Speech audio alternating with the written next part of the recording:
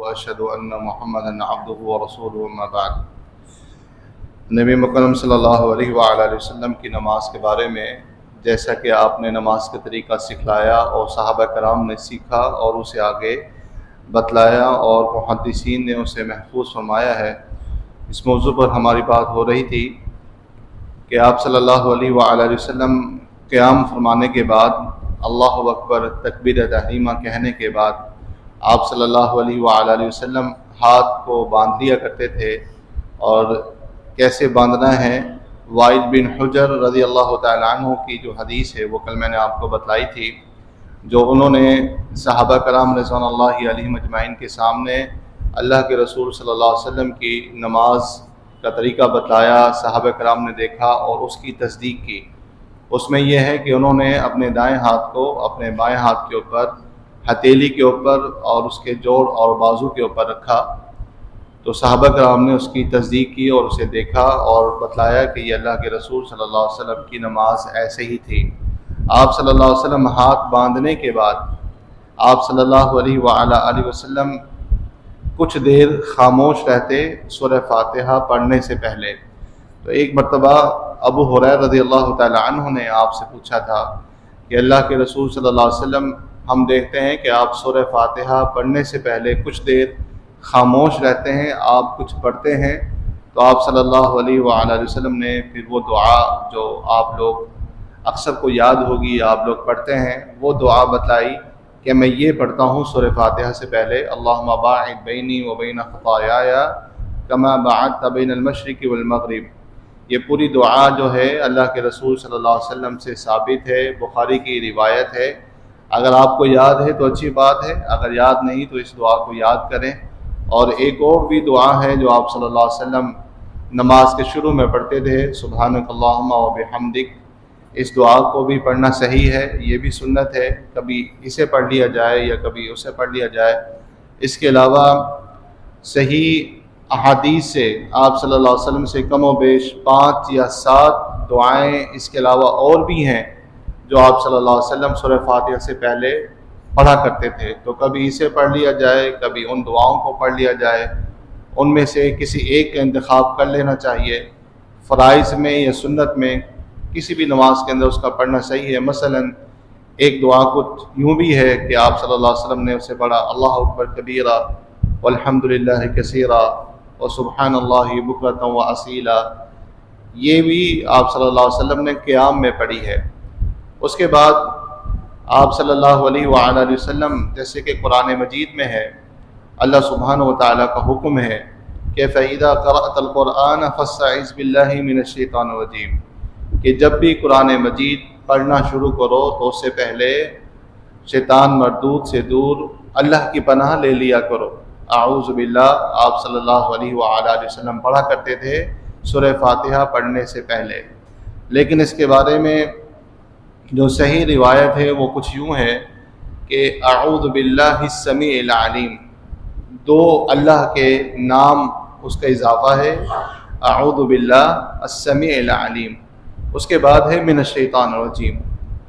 اور ایک روایت میں یوں ہے کہ اعوذ باللہ السمیع العلیم من الشیطان الرجیم من ہمزہ ونفخہ ونفثہ۔ تو یہ وہ تعوذ ہے جو آپ صلی اللہ علیہ وآلہ وسلم سورہ فاتحہ سے پہلے اور بسم اللہ سے پہلے پڑھا کرتے تھے۔ اس کے علاوہ کوئی اور تعوذ کسی اور صیغے کے ساتھ ثابت نہیں ہے، جیسے کہ ارواء الغلیل کے اندر اس کی تفصیل ہے، یا پھر شیخ زبیر علی زئی رحمہ اللہ ان کی تحقیق بھی ہے کہ یہ 2 پڑھنی چاہیے۔ اس کے بعد بسم اللہ الرحمن الرحیم پڑھ کر آپ صلی اللہ علیہ وآلہ وسلم سورہ فاتحہ پڑھا کرتے تھے۔ اور سورہ فاتحہ کی نماز میں فرض ہو یا سنت ہو یا نفل ہو یا کوئی بھی نماز ہو، حتیٰ کہ نماز جنازہ ہو یا کوئی سی بھی نماز ہو، آپ صلی اللہ علیہ وآلہ وسلم نے سورہ فاتحہ کو پڑھنا اتنا ضروری بتایا ہے کہ آپ نے فرمایا کہ لا صلاۃ لمن لم یقرأ بفاتحۃ الکتاب، اس کی نماز نہیں ہے جس نے نماز کے اندر سورہ فاتحہ کی تلاوت نہیں کی۔ اور اسے ایک مرتبہ تو یہ بھی ثابت ہے کہ آپ صلی اللہ علیہ وسلم نے ابو ہریرہ رضی اللہ تعالیٰ عنہ سے یہ کہا تھا کہ مدینہ میں اعلان کر دو، مدینہ میں سب کو یہ بتلا دو اور اعلان کر دو کہ سورہ فاتحہ کے بغیر نماز نہیں ہے۔ اب قرآن مجید میں اللہ سبحانہ و تعالیٰ کا یہ بھی فرمان مبارک ہے وَإِذَا قُرِئَ الْقُرْآنُ فَاسْتَمِعُوا لَهُ وَأَنصِتُوا لَعَلَّكُمْ تُرْحَمُونَ کہ جب قرآن پڑھا جائے تو اسے خاموشی سے سنو۔ تو اس قرآن کی اس آیت کی وجہ سے یہ کہا جاتا ہے کہ جب سورہ فاتحہ امام پڑھے تو مقتدی کو چاہیے کہ وہ خاموشی سے سنے۔ اور بالکل یہی سوال ابو ہریرہ رضی اللہ تعالی عنہ کے ایک شاگرد نے ابو ہریرہ سے کیا، کیونکہ ابو ہریرہ اس حدیث کے راوی ہیں اور انہوں نے یہ حدیث آگے بتلائی ہے، بلکہ انہوں نے ایک حدیث یہ بھی بتلائی کہ آپ صلی اللہ علیہ وسلم فرمایا کہ جس نے سورہ فاتحہ نہیں پڑھی نماز کے اندر فَهِيَ خِدَاجٌ خِدَاجٌ اور خِدَاجٌ کہ وہ نماز جو ہے وہ نامکمل ہے۔ تو ان کے شاگرد نے ان سے یہ پوچھا تھا کہ انی اکون وراء الامام احیانا، کہ کبھی ایسا ہوتا ہے کہ میں امام کے پیچھے ہوتا ہوں، امام کے پیچھے جو مقتدی ہوتا ہے وہ فجر میں، ظہر، عصر، مغرب، عشاء میں ہو، اس میں 3 نمازوں کے اندر امام جو ہے وہ جہری قرات کرتا ہے بلند آواز کے ساتھ، 2 نمازوں میں جو ہے وہ بلند آواز سے نہیں پڑھتا، تو پھر اس صورت میں کیا کیا جائے؟ تو ابو ہریرہ رضی اللہ تعالی عنہ نے اپنے شاگرد کو یہ کہا تھا کہ اقرأ بها فی نفسک، کہ اپنے من میں، اپنے دل میں پڑھ لیا کرو، لیکن پڑھنی ضرور ہے۔ اور پڑھنے کا مطلب یہ ہوتا ہے جب کوئی بھی قرات کرے، اور خاص طور پر آپ اس بات کی طرف بھی توجہ کیا کریں کہ جب نماز کے اندر ہوں آپ، تو آپ کی قرات یا آپ کا پڑھنا، اس کی دلیل یہ ہے کہ آپ کے جو ہونٹ ہیں وہ ہل رہے ہوں اور آپ پڑھ رہے ہوں، یعنی کہ آپ کو معلوم ہے کہ آپ قرات کر رہے ہیں، تو آپ کے ہونٹوں کا ہلنا ضروری ہے۔ اگر آپ نماز کے اندر یوں کھڑے رہیں گے اور بالکل خاموشی کے ساتھ تو یہ قرات نہیں کہلائے گی۔ جیسے قرآن مجید اگر کوئی صاحب نے نقل ہے اور صرف اس کو دیکھتا رہے اور وہ یہ کہے کہ میں دل میں پڑھ رہا ہوں، تو وہ دیکھ تو رہا ہے لیکن اس کو پڑھنا نہیں کہیں گے۔ کم از کم پڑھنا یہ ہے کہ خاموشی کے ساتھ اپنے ہونٹوں کو ہلاتا رہے اور پڑھتا رہے۔ تو ابو ہریرہ رضی اللہ تعالی عنہ نے کہا کہ اقرأ بها فی نفسی، آپ زور سے نہ پڑھیں لیکن آپ پڑھیں ضرور، چاہے وہ سورہ فاتحہ سن کر ساتھ پڑھ لیں۔ امام بخاری نے اپنی کتاب کے اندر جو اسی موضوع پر کتاب ہے جزء القراءہ، اس موضوع پر کہ سورہ فاتحہ پڑھنا کتنی اہم ضروری ہے، امام بخاری نے کتاب لکھی، اس کا نام ہے جزء القراءہ، اور امام بیہقی نے بھی کتاب لکھی، اس کا نام بھی یہی ہے جزء القراءہ۔ اس کے اندر بھی ایک فتویٰ ہے کہ اگر کوئی شخص سورہ فاتحہ کو امام سے پہلے پڑھ لیتا ہے تو یہ بھی جائز ہے، امام سے پڑھ لینا بھی جائز ہے، لیکن پڑھنی ضرور ہے۔ اور بالکل اسی طرح ایک مرتبہ کہ یہ کتنی زیادہ ضروری ہے پڑھنا، آپ صلی اللہ علیہ وآلہ وسلم سے بھی ثابت ہے، نسائی میں سنن الکبریٰ کی روایت ہے کہ ایک مرتبہ، یا سنن المجتبیٰ کی روایت ہے کہ ایک مرتبہ آپ صلی اللہ علیہ وآلہ وسلم نے فجر کی نماز پڑھائی، تو نماز کے بعد آپ نے مقتدیوں میں سے پوچھا کہ تم میں سے کون ہے جو میرے پیچھے پڑھ رہا تھا، کون میرے پیچھے قرات کر رہا تھا اور مجھے قرات کرنا مشکل ہو رہا تھا؟ تو ایک صحابی نے کہا کہ اللہ کے رسول صلی اللہ علیہ وسلم میں پڑھ رہا تھا۔ تو آپ نے فرمایا کہ لا تفعلوا الا بام القرآن،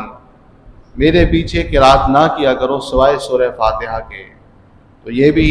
ابو ہریرہ رضی اللہ تعالیٰ عنہ کا آپ کو میں نے بتایا، اور پھر اللہ کے رسول صلی اللہ علیہ وآلہ وسلم کا فرمان مبارک بھی، لہذا سورہ فاتحہ جو ہے وہ لازمی ضروری پڑھنی چاہیے۔ اسی لیے اس کو